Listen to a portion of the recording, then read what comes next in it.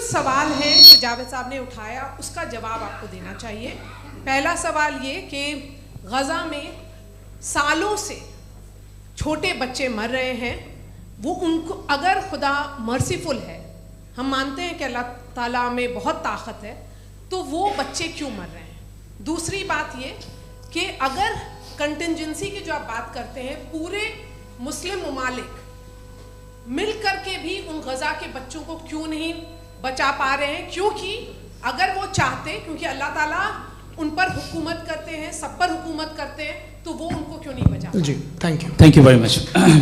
बहुत अच्छा किया आपने इस चीज़ को जिक्र कर दिया, मैं इसको और अच्छे से एक्सप्लेन करने की कोशिश करता हूँ।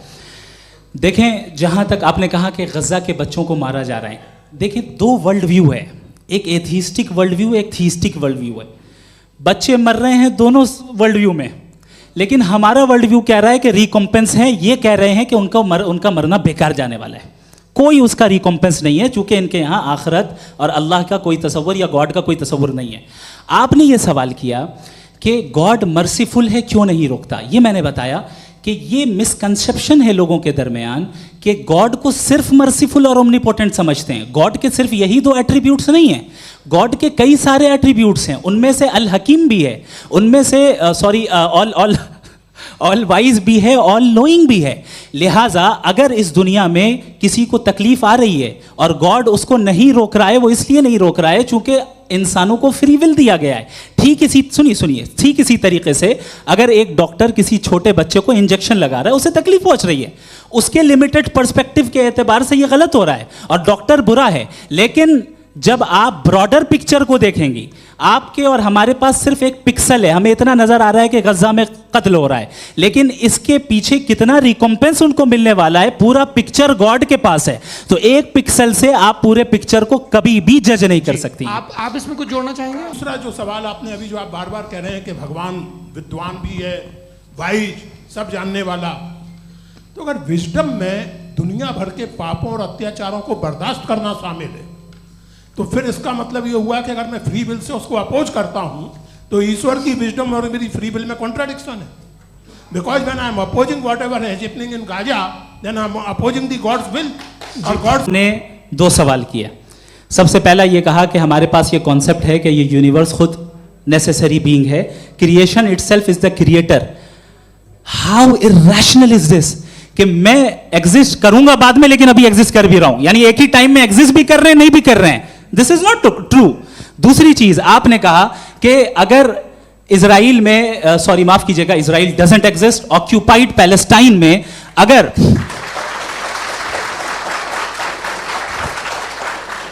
ऑक्यूपाइड पैलेस्टाइन में बच्चों को मारा जा रहा है फ्री विल की वजह से और गॉड नहीं रोक रहा, ये कॉन्ट्रडिक्शन है। ये बताइए कि एक एग्जाम में एक बच्चा गलत आंसर लिख रहा है, सुनिए, एग्जामिनर चाहे तो रोक सकता है, क्यों नहीं रोक रहा है?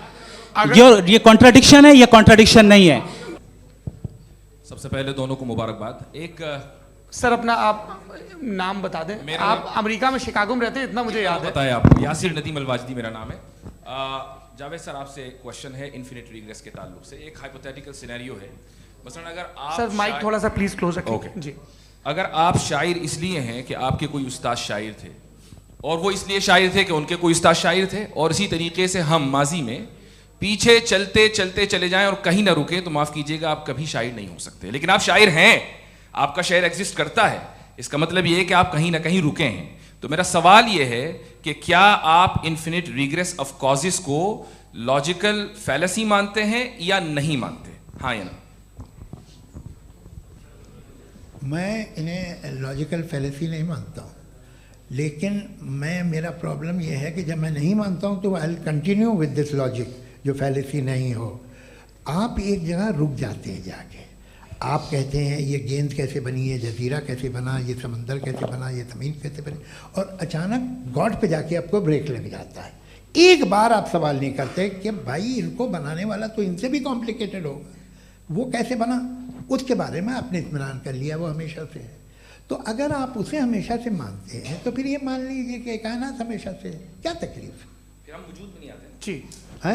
हम मौजूद नहीं। अच्छा सर क्यों नहीं हो मैं सकते? बताऊंगा प्लीज। जैसे मैंने मिसाल दी आपके शेर, आपका शेर कभी वजूद में ना आता अगर शायर इसी तरह चलते रहता हमेशा। जी मैं जावेद साहब से डिसएग्री करता हूँ, इसलिए जावेद साहब से सवाल पूछ रहा हूँ। आपका सवाल जावेद अख्तर साहब से। और सवाल ये है मेरा कि जावेद साहब ने कई बार लॉजिक का इस्तेमाल किया कि साइंस में लॉजिक है और रिलीजन में लॉजिक नहीं है। मेरा ख्याल ये है कि रिलीजन में भी लॉजिक है, लेकिन उस लॉजिक की बेसिस ये है कि आप रुक जाते हैं, जिसका जिक्र जावेद साहब ने बार बार किया, यानी खुदा के तसव्वुर पे आते हुए, गॉड के तसव्वुर पे आते हुए रुक जाते हैं।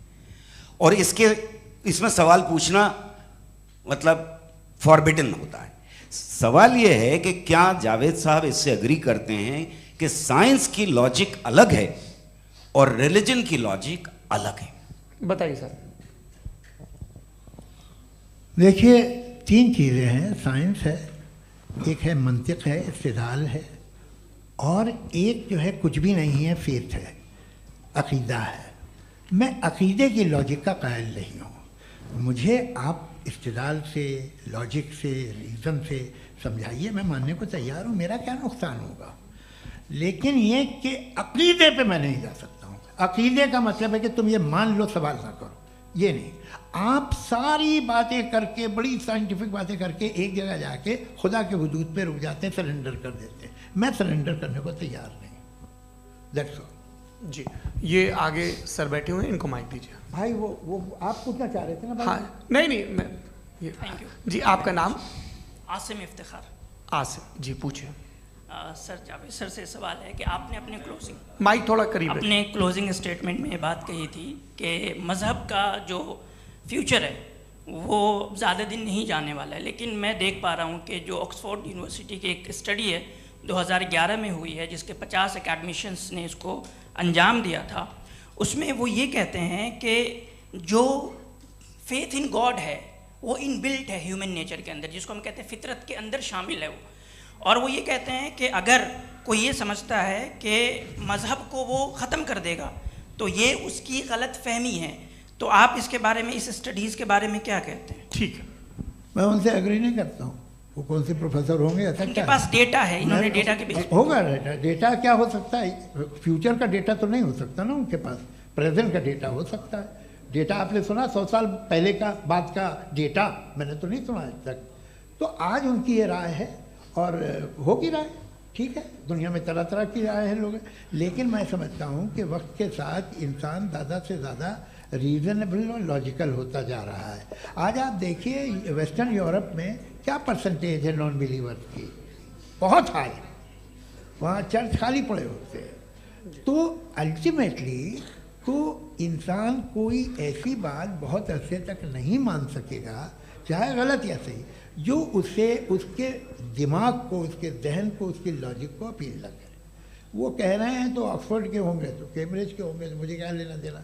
उनका डेटा मुस्तकबिल का नहीं हो सकता है। मेरा नाम उर्सुला है, मैं दिल्ली यूनिवर्सिटी की एक स्टूडेंट हूँ और मैं स्टूडेंट फेडरेशन ऑफ इंडिया से हूँ। मेरा सवाल मुफ्ती जी से है कि इस हॉल के इस कमरे में बैठ के हम लोग रेप की मोरालिटी के बारे में फिलोसफिकली बात तो कर सकते हैं, बट असलियत ये है कि रोज़मर्रा की ज़िंदगी में औरतें रेप के थ्रू गुजरती हैं। और हम लोग सिर्फ नंबर्स पे इस तरह नहीं देख सकते, क्योंकि कितनी औरतें हैं इन कंट्रीज़ में जहाँ पे आप बता रहे हैं कि केसेस कम हैं, जिनका एक्सेस है कि वो जाके केस फाइल कर सकें। कितनी औरतें हैं जो जिनको काम करने की आज़ादी है उन कंट्रीज़ में। यूरोप में ये आज़ादी आ गई, यूरोप में ये रूल्स आ गए, तो हम आज उसके बारे में बात कर पा रहे हैं। जी, जवाब। आपने ये कहा कि कमरे में बंद होकर हम लोग इस पर फिलोसफिकली बात कर सकते हैं, लेकिन हकीकत में क्या हो रहा है, वो ग्राउंड लेवल पे क्या हो रहा है, जो बहुत गलत हो रहा है, और वो सफ़र कर रही हैं। आई एग्री, बहुत गलत हो रहा है, और जो गलत हो रहा है उसको हमें रोकना है। और क्यों रोकना है, वो गलत क्यों है? हमारे पास इसका ऑब्जेक्टिव फाउंडेशन है, इनके पास उसका ऑब्जेक्टिव फाउंडेशन नहीं है। मैं ये कहना चाह रहा हूँ कि जहाँ पे भी जुल्म हो रहा है, जहाँ पे भी औरत पे जुल्म हो रहा है, या उसकी इज्जत लूटी जा रही है, या उसे तकलीफ पहुँचाई जा रही है, और सिर्फ औरत नहीं, किसी इंसान के ऊपर भी जुल्म हो रहा है, तो उसके खिलाफ खड़ा होना, ये मॉरलिटी हमारे पास गॉड के पास से आई है। वरना जावेद साहब तो कह रहे हैं कि जो है मेजॉरिटी डिसाइड करेगी, तो मेजॉरिटी तो कभी भी बदल सकती है। मेरा नाम मनीषा है, मैं हरियाणा से आई हूँ। मैं मुफ्ती साहब से एक बात पूछना चाहती हूँ। अब बार बार जावेद साहब को कॉन्ट्राडिक्ट तो कर रहे हैं कि आपने ये कहा, लेकिन आप भी assumptions के बेसिस पे बात कर रहे हैं।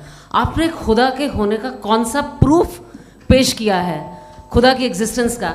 अब इस सवाल को अलग रहने दीजिए, कौन एथीस्ट है कौन नहीं है। और दूसरी बात जो आपने एक छोटी सी कही थी कि ये फ्री विल का इस्तेमाल करता है इंसान अपनी, लेकिन इस फ्री विल का इस्तेमाल में मतलब खुदा ने ये दे दी सबको ये इजाज़त कि वो कितना घिनौनापन और कितने ज़्यादा ख़राब से ख़राब तरीके इस्तेमाल कर सकता है। जवाब सुनते जी। आप फ्री विल को मानती है ना, या कहती है कि फ्री विल नहीं है ना, मानती है ना? तो अब आपके पास इसका कोई एक्सप्लेनेशन नहीं है कि अगर एक इंसान उस फ्री विल का इस्तेमाल करके गलत काम कर रहा है और बच के अच्छी ज़िंदगी गुजार के निकल जा रहा है, उसका कोई रिकम्पेंस नहीं है। हमारे वर्ल्ड व्यू में जो इंसान गलत काम कर रहा है उसको भी रिकम्पेंस यानी उसका बुरा बदला मिलना है, और जो सही काम कर रहा है उसको सही बदला मिलना है। लिहाजा जो फ्री विल है वो इस तरीके से है कि एक लिमिटेड टाइम तक खुदा ने मोहलत दी है। ऐसे नहीं कि छूट दे दी, जो करना है करते रहो हमेशा।